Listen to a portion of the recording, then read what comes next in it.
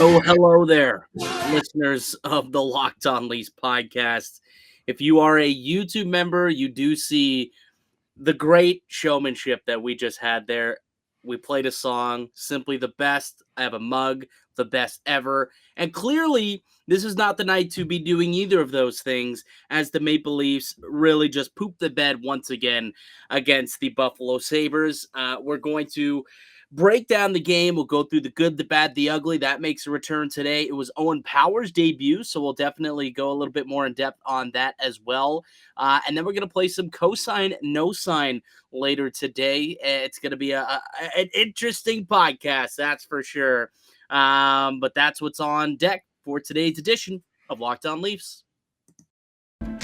You're Locked On Maple Leafs, your daily podcast on the Toronto Maple Leafs. Part of the Locked On Podcast Network, your team every day.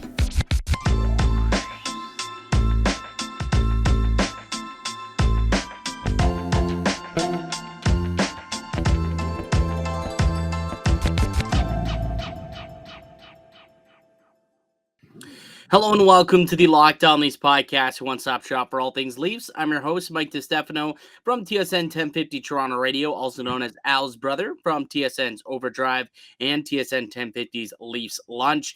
Joining me, my co-host Dave Morassutti from Sportsnet, also writer for the NHL PA. Locked On Leafs is a daily Maple Leaf-centric podcast, so be sure to subscribe for free wherever you get your podcasts from. You can now also catch us on YouTube. That's Locked On Leafs on YouTube. A reminder, our 500 sub giveaway was activated last week. We gave away the first word of the phrase on Monday, the second word yesterday. We'll be giving away the third word of the 5-word phrase later on in the show. Not going to tell you when. You got to pay attention and keep listening, because at some point we're going to tell you what that next word is. And then a reminder that we'll give you another one on Thursday and Friday. And now you got to tell us what the entire word was, the whole phrase through the week. And you can win yourself this Austin Matthews Tim Hortons collectible stick. A reminder, anybody can be entered. Don't have to be living in Canada or US, wherever you are, all around the world. I'll make sure that I ship this out to you if you are indeed the winner. So make sure that you do listen closely. At some point, I'll be letting you know what keyword is for today's show. All right, Dave, let's get right into it here. The Maple Leafs, another loss to the Buffalo Sabres. 5-2 was the final tonight. They lose the season series 3-1, outscored 19-10 in those 4 games. What the hell is it about the Buffalo Sabres that really gives the Toronto Maple Leafs just so much trouble? What is it? It's been a thing for the longest time. Like if Leafs fans are thinking that this season is something new when it comes to the Leafs struggles against the Buffalo Sabres, where have you guys been the last almost decade to 10, 15 years? Yeah, fair Sabres have comment. always played the Leafs tough. Like this isn't anything new, but it's also still very, very frustrating. So did Craig Anderson back when he was playing with Ottawa, and now you got Craig Anderson on Buffalo. It's a double dose of, hey, we're just gonna beat the hell out of you no matter what. You might be a top 5 team in the league, but we're your daddy, and we're gonna show you why. And they did just that tonight. But I think more so it was just the Maple Leafs. They had no life tonight. Like I really thought it was a lifeless game out of them right from the start. I mean, 30 seconds in, Austin Matthews just tries to make a flip play off the boards and down the ice, and he ends up going up over the boards, and he's sitting in the box for a couple minutes there. And then Jason Spezza takes a penalty, and then the Sabres score, and it just kind of right away you had a bad taste in your mouth. Like that's not the start the Maple Leafs wanted whatsoever. And then the second period got rolling, and then it really Buffalo took over. Like Toronto, they had some good chances and some good looks, but Toronto, to me, they didn't really dominate the game. Buffalo, to me, was the better team. I would say Toronto had some really high grade danger chances, at certain points of the game, but in terms of sustained pressure, Buffalo just simply outplayed Toronto, and that's just simply not good enough for a team that's less than 10 games at this point away from starting game 1 of the Stanley Cup playoffs. Yeah, I mean, there was not a lot of great when it came to this game tonight. Like if you're trying to think of a silver lining, it's that it wasn't that the Sabres outplayed the Leafs, but it was also because the Leafs just didn't play. Like they weren't in the game. They weren't just from start to finish. They were there for spurts, right? When they got that second goal, all of a sudden the Leafs are just like, okay, we'll start like really playing now. Like that's you're not going to beat a team in the NHL if you're only going to play for, a good 5 minutes of a game. That's just not going to be good enough. And I think the Sabres know that. The Sabres know that the Leafs aren't going to take them seriously. So guess what? The Sabres are going to treat this as if it's their own playoff game, like they've had every single time against the Leafs this season. So it doesn't surprise me that one team clearly had the advantage from start to finish because they played as if they had a chip on their shoulder. And they had something to play for, right? Like tonight was Owen Power's NHL debut, and they wanted to give him a good showing. And it seemed like they had some juice for that. Like that, him getting inserted into the lineup gave them a little bit of a jolt, and the Maple Leafs just weren't ready for it out of the gate.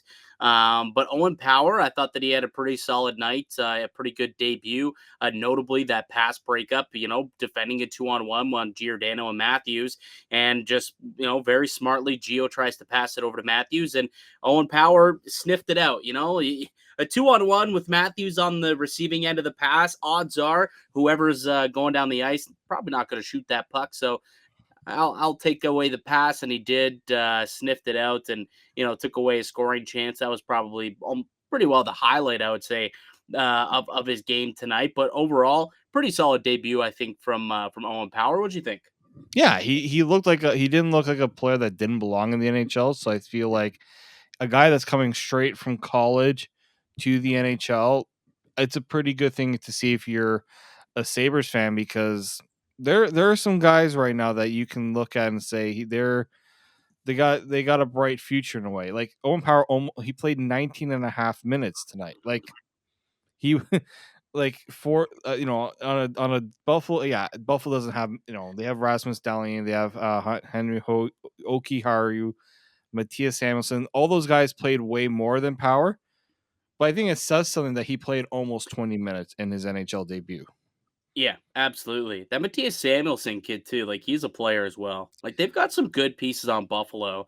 That they're going to be a solid team. Like they it's been some tough down years for the city of Buffalo and for that franchise having to go into, I guess, a second, third rebuild, I suppose you could say. Like Mhm. originally drafting like the Sam Reinhart era of rebuild, and then they had to go through Jack Eichel years, and now they're sitting here and they had to move on from both of those guys, and it's the new era with the Dahlins, with the Tuck and Tage Thompson, and now Owen Power gets inserted into that.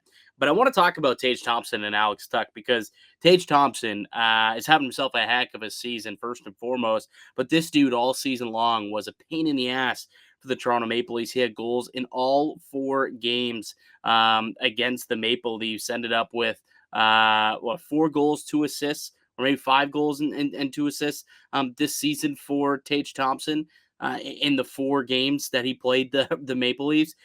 But I'm really impressed by him as a player and what he's been able to accomplish. There was so much, hatred spewed towards his way from the hockey world and from Buffalo, a lot of Sabres fans, because he wasn't Ryan O'Reilly in his first year or two with Buffalo after that trade, right? But he started coming to his own. I think he got 33 goals he's got now. He's 6'7".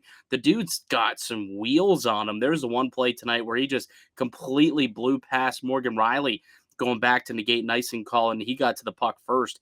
I was like, holy crap, there's no reason for a man who's 6'7" to be that nimble and quick on skates. It's actually scary to see. And of course, he scored a goal again tonight, scoring in all 4 games against the Leafs. Alex Tuck, another real solid player that they've been able to get. So, the battle of QEW, it's going to be heated going forward. And the only thing that sucks is it shouldn't be right now, but it is, and it'll continue to be. And it's going to be interesting at some point. I believe that we will see a Toronto Buffalo playoff series in the next probably 4 years, I would think. And I think it's going to be a really fun series, though, because like they've got some solid players, and despite what has gone on with Toronto every time they play Buffalo, I would hope that things will be different Yeah. in a 7-game series where they play day after day after day. they would wake up and not be lifeless each and every time that they play them every once in a while. But who the heck knows at this point, I suppose.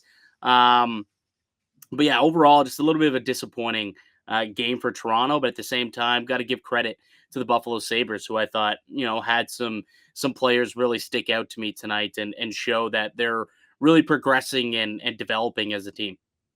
Yeah, I mean, Tage Thompson has more goals this season than he's had in his whole career coming into this season. Oh, but he's lapped it, lapped it. Like, like big time. Like, he's a player that I like. That's the type of player I wish the Leafs had. Right, big guy, has some speed. Well, like Austin Matthews is a big player, and Tage Thompson makes him look like just a normal sized human. Yeah. Like, I'm a big when Tate, you know what's funny about Tage Thompson? yeah. Tage Thompson is what people wish and hope that Pierre Engvall would be. Yeah, I could see that. Like, that's what people want him to be. Like, oh, you're 6'5". Like, why aren't you out there running dudes over? Use your body to your advantage. Like, that's what they wish he could be. Like a Tage Thompson, a guy who's, Thompson even still is a little bit taller than him at 6'7", but he's that taller figure out there on the ice who should be able to use his body a little bit more to leverage himself into favorable positions. I mean, I like the way that, like, I think Pierre Engvall plays a sound game. I'm not worried about Pierre Engvall, but I'm just that when there is that criticism about him, it's because of his height, and they wish he could do some of the things that we're seeing out of Tage Thompson. Yeah, and I mean Tage Thompson was a more highly regarded player when he was drafted by St. Louis, right? This is a guy that was a first round pick. Yeah. Pierre Engvall was not seen as that caliber of player as well. Yeah, and like when you look at what the Sabres did well in this game, it was really that line of Alex Tuch, Tage Thompson, and Jeff Skinner just all over Dominant. like Alex Tuch. You don't think Vegas misses him? His speed makes it like when you have a guy that's that fast and relentless on the forecheck, it makes defenders uneasy. Like it makes them so uncomfortable because they feel like they have to rush a play because if they don't, they got a guy that's howling down on them. Like that goal that he set up for Jeff Skinner, that play he made. That's Oh, been not like just trying to get the puck out. He takes it. He's like, "Thank you." I'll throw it to Jeff Skinner, who just wires him. I was telling a friend, a colleague of mine who's a Sabres fan, I was like, nice that Jeff Skinner's almost earning that $9 million. He's getting close. He's almost earning that $9 million contract now. hey man, 30 goals. Bud's got 31 now, I think. But That's what they were Alex hoping Tuch, for when they signed him. yeah, absolutely. But even the no look pass to set up the Tage Thompson goal was just beautiful. So yeah, Yeah. they've got some pieces there in Buffalo, and they took it to Toronto tonight. They certainly took it to Toronto tonight. They seem to be, you know, the speed element seemed to take them off their game, and they were super aggressive on the forecheck, and Toronto just kept bobbling the puck. The details weren't there. They were sloppy. They weren't making smart passes. They weren't making crisp passes.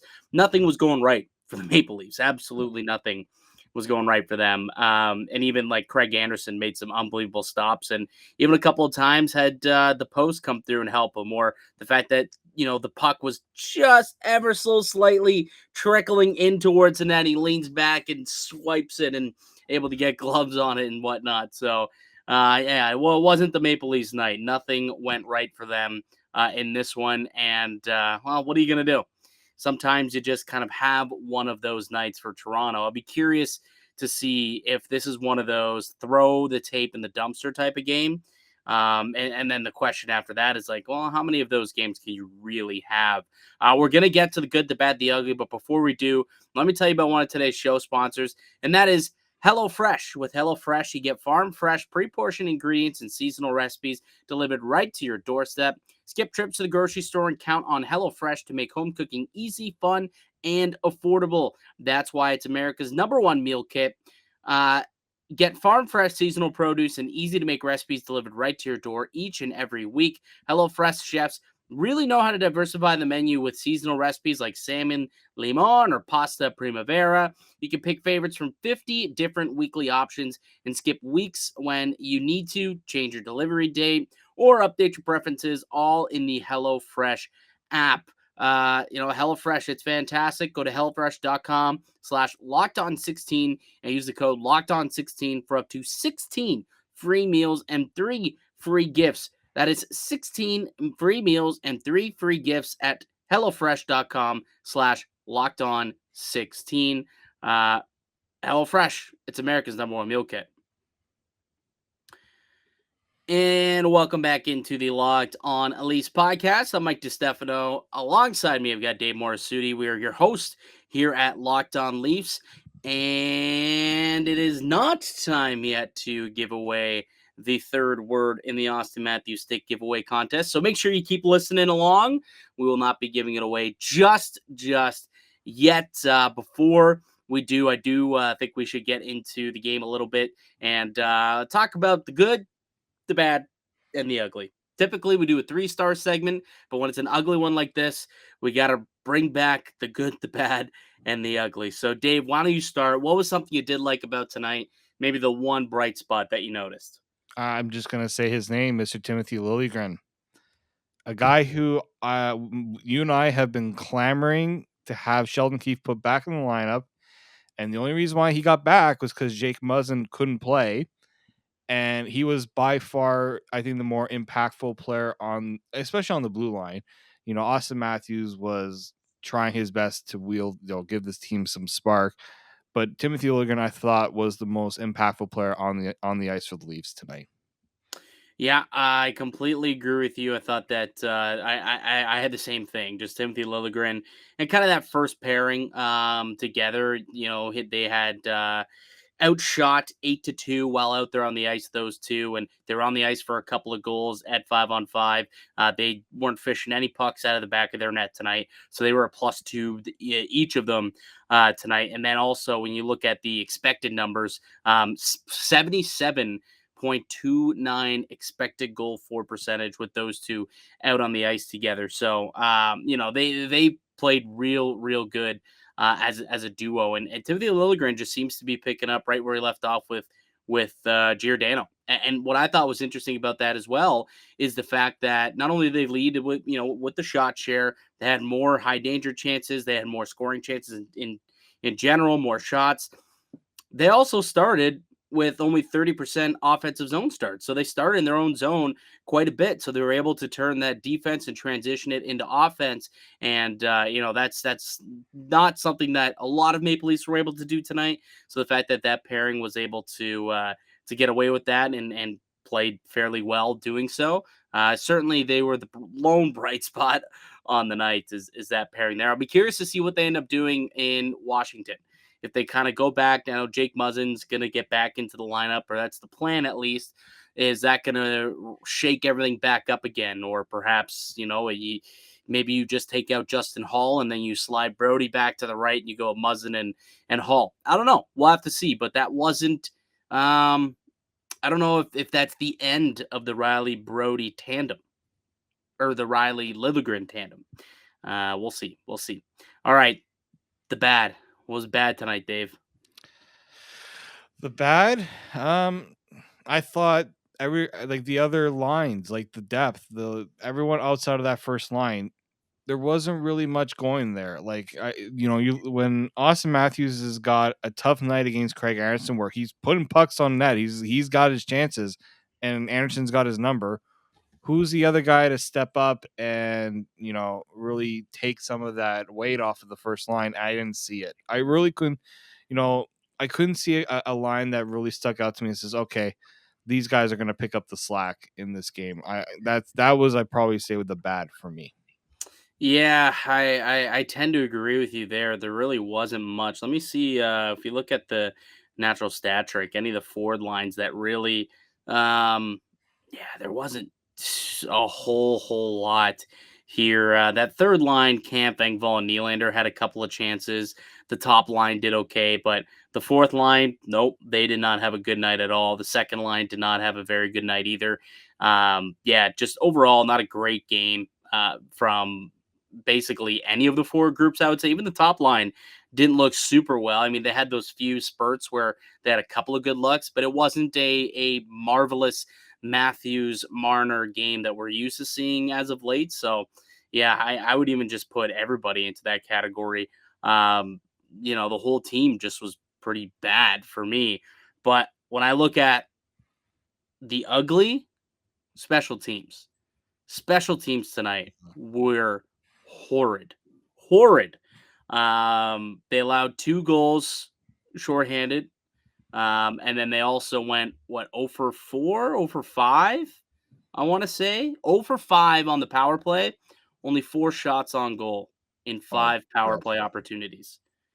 That's not what we've seen out of the Maple Leafs of late. They've been extremely, extremely potent all season long, operating at a near 30% clip.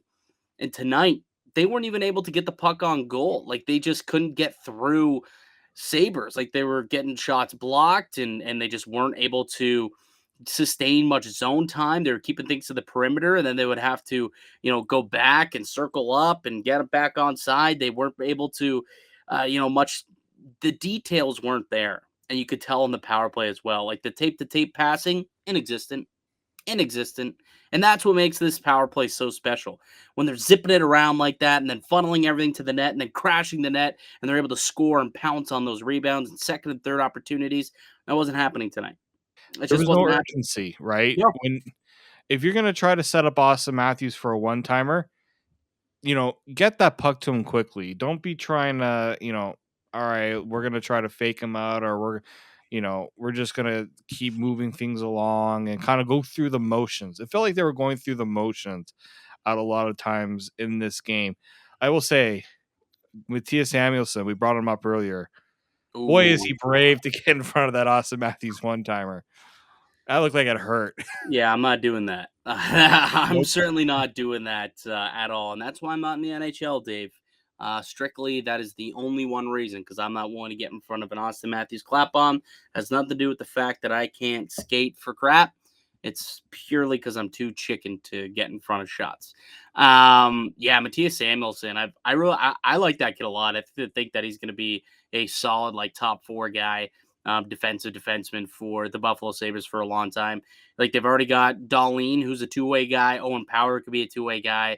Getting, another dude like Matthias Samuelsson who can hang back a little bit. If they can go out and get themselves another solid top 4 defenseman to more of a veteran guy in free agency, they're looking pretty good on the blue line, I would say. Henry Yokiharu is another player who had a good game out there, and he's been pretty decent all season long. But yeah, certainly the special teams, just to get back to it, putrid. And even on the PK, it wasn't as urgent as well, right? And the coverage wasn't there.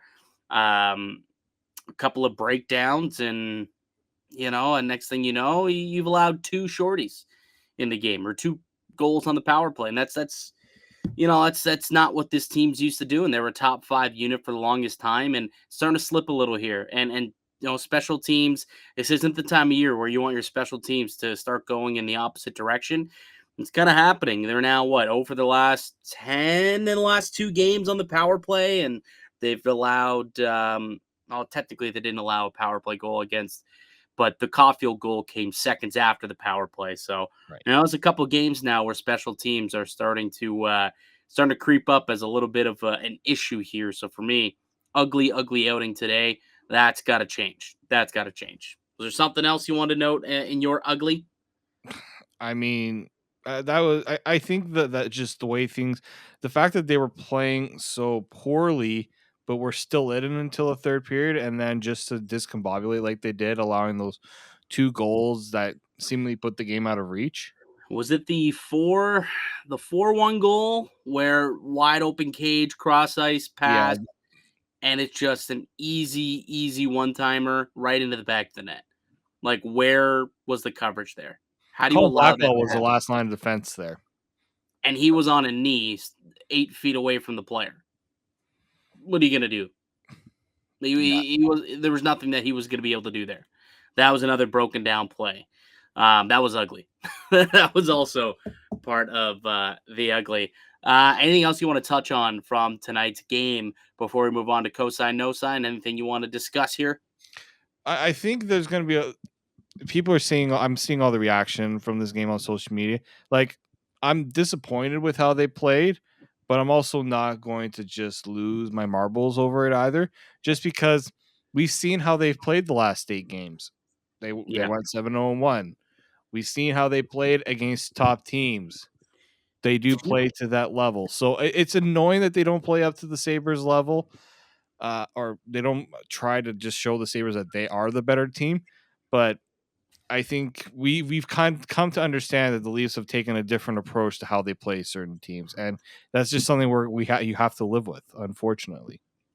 And Boston did lose tonight as well, so they won't gain anything on Toronto. Tampa's playing well now. Tampa, as we record in the second period, it's scoreless there with Dallas. So we'll see what happens. We'll see what happens by the time we wake up in the morning. By the time you're listening to this, you will probably know what happened.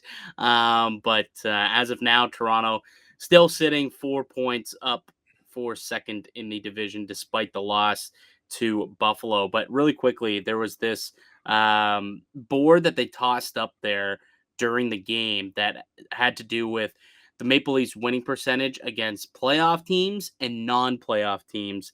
And amongst the big four in the Atlantic Division, Florida, Tampa, Boston, and Toronto, the Leafs have the best winning percentage. The best winning percentage amongst those four teams against playoff teams with a 667 win rate against playoff teams.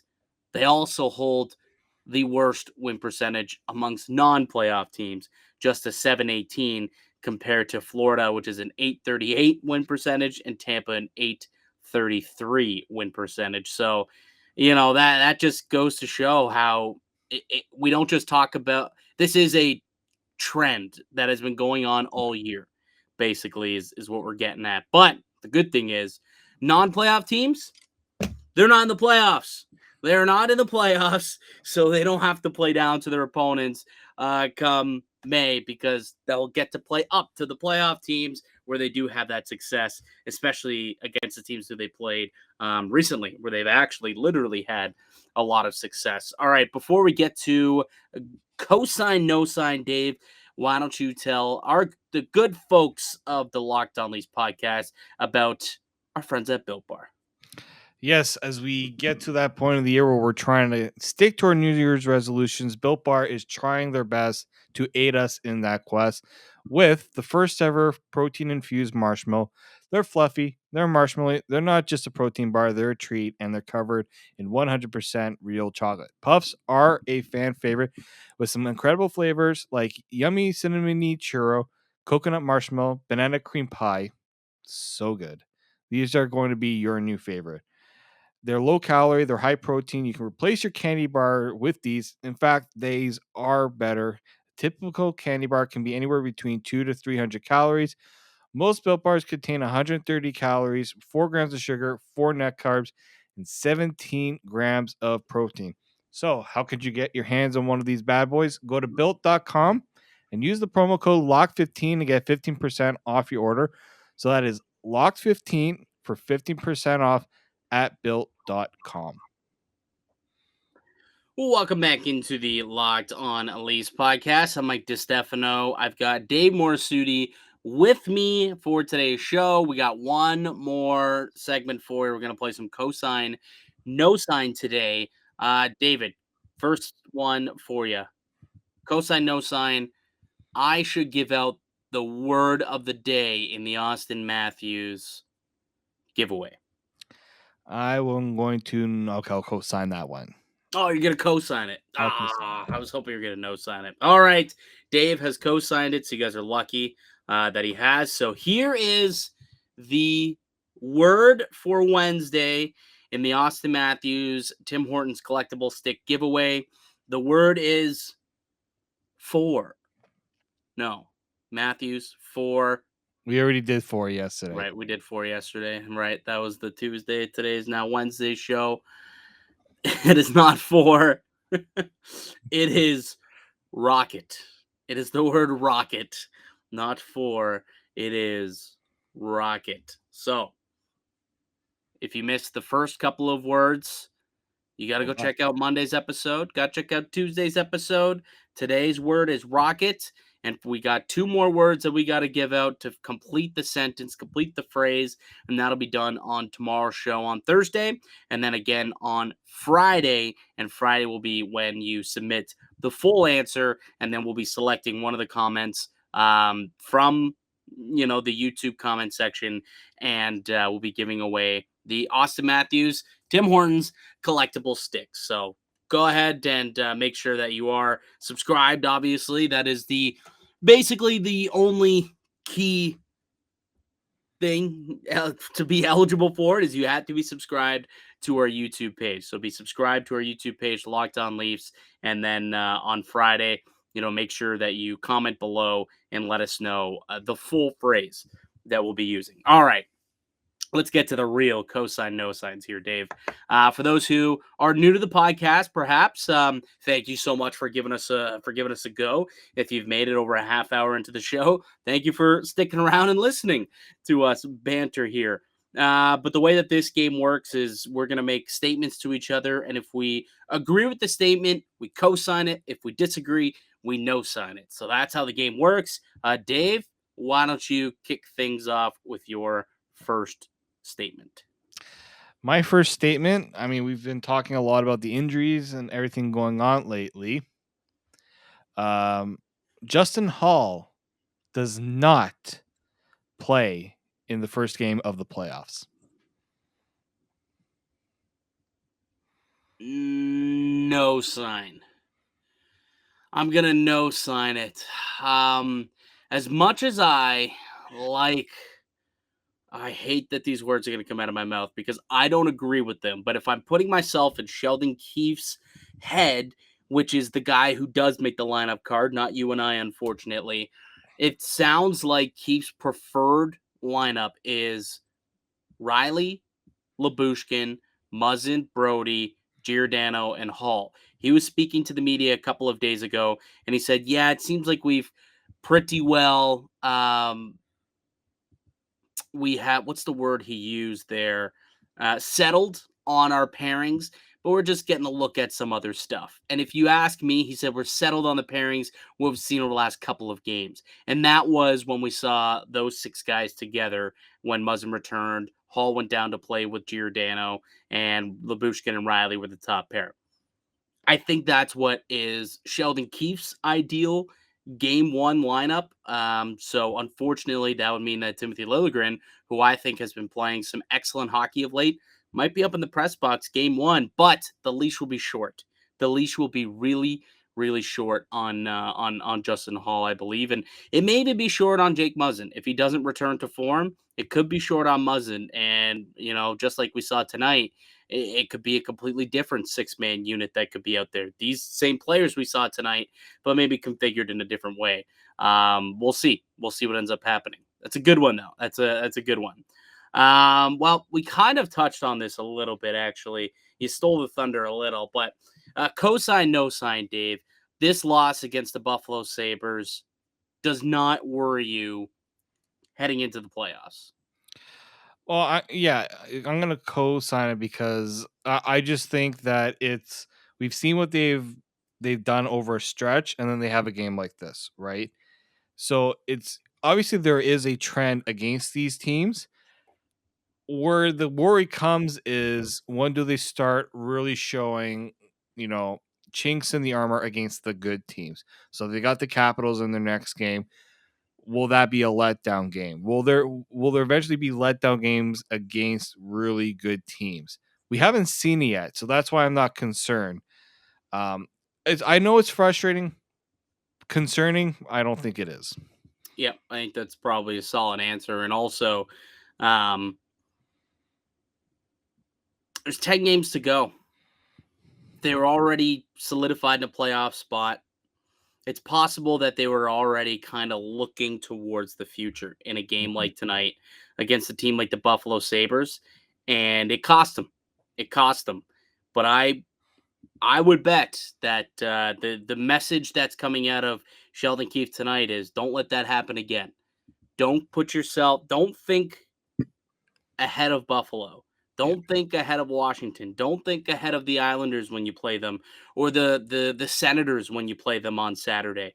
One game at a time. Keep to the process, because I just have a feeling that tonight was we're already going to the playoffs. Who cares? Type of Yeah. performance. At least that's what it seemed like. And if the Maple Leafs don't want us to feel that way, play better. Play better. All right, your second one, sir. Michael Bunting ends his goal drought on Thursday against the Capitals. Ooh, I will be in the building for that game. Are we I'm gonna go. manifesting some ABMD energy towards Michael Bunting in this game? That's exactly what I'm thinking I'm gonna have to do. Absolutely. Absolutely. I'll bring my punch in block hat and everything. The fedora, we'll rock the fedora and just get them all geared up to go out there and play and score a goal. He'll be one to run through the boards after I get a hold of him pregame. Yeah, I'm going to co-sign it. I think he came close tonight on a goal. That one again just kind of squeaked just through and hit the post, and even Liljegren was right there but couldn't poke it into the back of the net. So he's close. He's close. And if you actually take a look at the numbers, he's like top 5 in the league in individual expected goals. So he's getting a lot of really good chances, a lot of really good looks in tight in those high scoring areas, but just hasn't been able to beat the goal. He's been a little snake bitten of late. I know that the Washington Capitals are really rolling. They are rolling. They won 9-2 tonight. 9-2. Who they play? Was it Philly? Yeah. That they beat 9-2, Philly? It was Yeah, so they absolutely steamrolled the Philadelphia Flyers. Obviously, the Flyers, they're not a great team, but neither's Buffalo. So, what does that matter? But their goaltending is somewhat suspect at the same time. And I would imagine that they're looking to have a good bounce back performance after such a big letdown tonight in front of their home crowd. They'll want to give back a much better outing. And it's Matthews versus Ovi. Matthews might want to hit 60 the night that they play the Washington Capitals and Alex Ovechkin. And if he's taking pucks to the net, the guy who's standing in front half the time looking for some rebounds will be one Michael Bunting. So, yeah, I'll co-sign it. I think he scores. I think he does.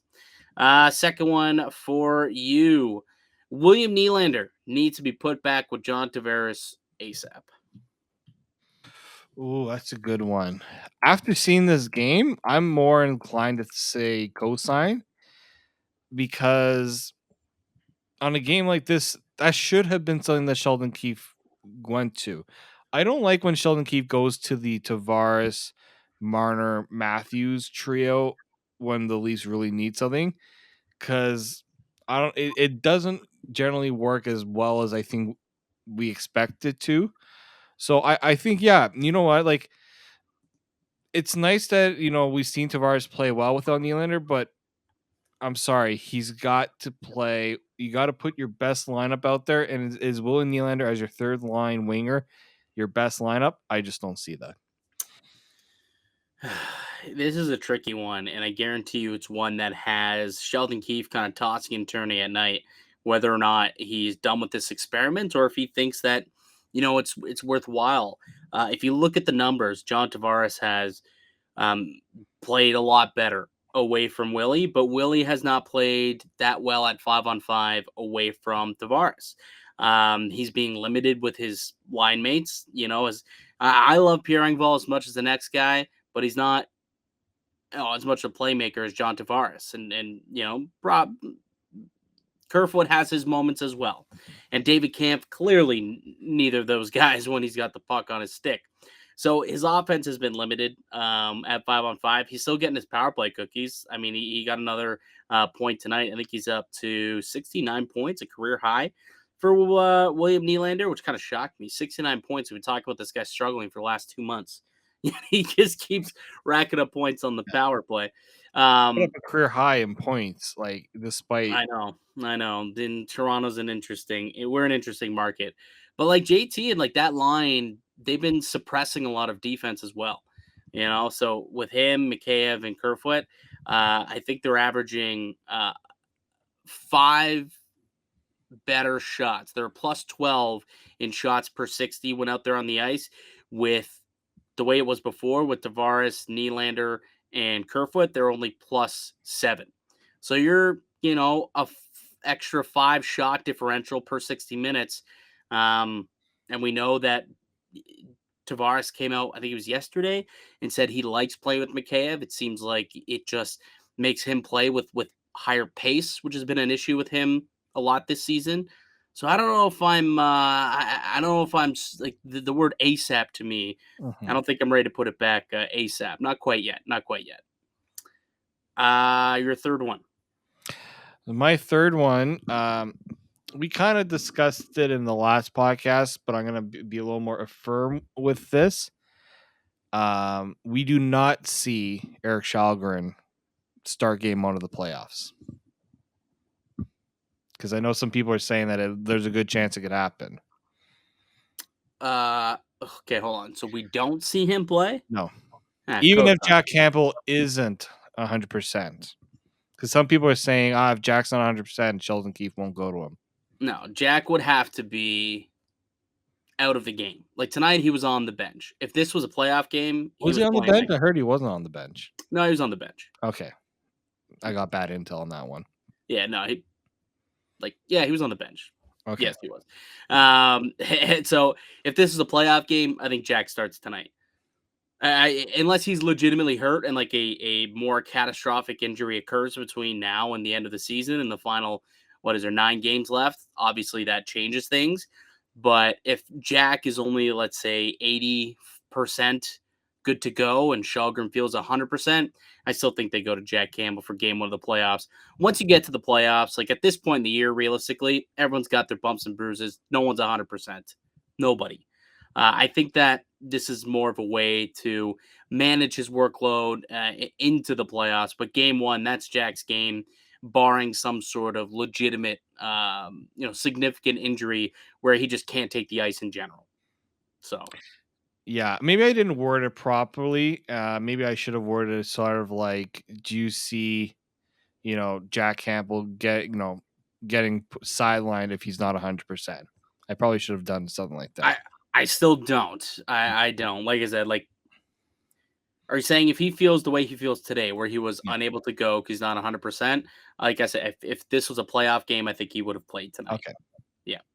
Last one for you. We'll take this one around the league a little bit. Look, there's some stingy competition in some of the awards this season. Austin Matthews in a good heap for the Hart.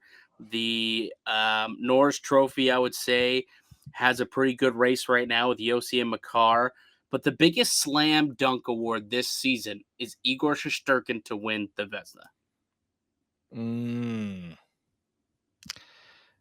I think those who vote on, I was wondering who votes on the Vezina. It's the writers. It's the writers? Okay. Because sometimes it's the GMs that do it. I know it is voted by the GMs. I just looked at that right now. All 32 league managers vote annually on the best goalkeeper. So I think that most GMs will look at the large body of work that Shesterkin's had from start to finish and give it to him. Because I know some people saying, "Oh, X goalie has played really well in the last month," but Shesterkin's been doing it from the start of the season. Yeah, he hasn't been at his best the last little bit. He hasn't been, the savior in New York, but he's still been he's still been good. His numbers still suggest he is statistically the best goaltender in the NHL. The only goaltender I feel like that could make a real run, in my opinion, is for me, it's Markstrom. I don't know if you have someone that's different. Markstrom or Fred Anderson is currently the second. You said, I remember I brought this up not too long ago, and you said, I don't know about that one. I don't personally think so, but BetOnline has him as the number 2 betting odds to win the Vezina. Right now, the top 3, it goes Shesterkin, and then it is Fred Anderson, and then it's Markstrom. So, I mean, I'm just saying what BetOnline's telling us right now. But I agree. I think that this one, is a slam dunk, but is it the biggest slam dunk award, would you say? Is there another one that seems more cut and dry than Igor to win the Vezina, or is this one No, I think this one. the I think least this one. amount of time? This will be unanimous. Yeah, I think so. I think it will be. More unanimous. What about Bergeron and the Selke? Oh, I always have a hard time with the Selke. I feel like reputation for players always tends to give them the edge. I think Bergeron, yeah, he's missed some time, but he's still been Bergeron. Like, not, like his game hasn't changed. His game still remains the same. So I feel like the reputation alone will give him the best chance. Are they both unanimous? I think there's a better chance that Shesterkin is unanimous than Bergeron is. All right, cool stuff. So you're co-signing it. Love it. Was that 3 for both of us? Yeah, I actually have a bonus one here. All right, shoot. I feel like I wish I erased the Jack Campbell one, but this one also involves league wide. The Western Conference playoff picture gets decided on the last day of the regular season. All right, so let me go pull up the Western Conference playoffs. We'll pull it up here, or if you want to pull it up. So I'm going to pull it up for a YouTube audience because on YouTube, if you are on YouTube, you can see what we're seeing at the same time. Yes, and if you are listening audio version, just listen to my voice. And I will talk about what I'm seeing and talk through my answer. But basically, if you're talking about the West, I think you look at the LA Kings are still a team that is struggling right now. They could end up falling out of it. The Vegas Golden Knights, the Canucks, the Stars, and then probably the Predators. Those 5 teams vying for 3 spots, essentially. So here it is, ESPN, and look at you, as opposed to NHL.com. Interesting move. All right, so the Kings sitting here with 88 points. Did they win tonight? They must have won. The LA Kings did win tonight, yes. Yeah, so they won. So they're up to 88 points there. Vegas and Winnipeg, Vegas and Vancouver are still underway currently as we record here. Yeah, I think this will go down to the final game of the season. Is this just for matchups or for who makes it in or not? I'm saying, like, everyone locks in. Like the final playoff spot doesn't get decided until the last day of the regular season. I'm gonna co-sign it because I think Vegas, Dallas, LA, maybe Vancouver if they can beat Vegas tonight. If that ends up going final, and the Canucks, who currently lead 3-2 as we record, if they are winning, if they win this game, then they're still in the mix there. So yeah, I think that we could definitely see a Western race go right down to the final day of the season, which I believe is April 29th or April 30th, one of those two. I think it's the 29th, actually, the Friday, if I'm not mistaken. I want to say. Yeah, I'll co-sign it. It'll take right up until the final day. Good stuff. Good bonus there, pal. That's into it for us here today on the podcast. I'd like to thank you all for listening and supporting the show. You can subscribe to the Locked On Leafs podcast on all podcasting platforms to receive daily Leafs content. Follow myself on Twitter at Mickey_Canuck. Follow Dave at D_Morassutti. Follow the show at Locked On Leafs. And also go ahead and subscribe to us on YouTube, Locked On Leafs on YouTube. We'll be giving away the final 2 clues for the Matthews collectible stick giveaway. That'll be in tomorrow's podcast, and the final one will be given away on Friday. So be sure to return for those keywords so that you can fill out the whole word and win the prize. All right, we're back with another episode tomorrow. We'll tee up the game between the Leafs and the Capitals. Austin Matthews still searching for 60. I think it'd be cool if he could do it with Ovi in the building. Until then, keep it locked right here on Locked On Leafs.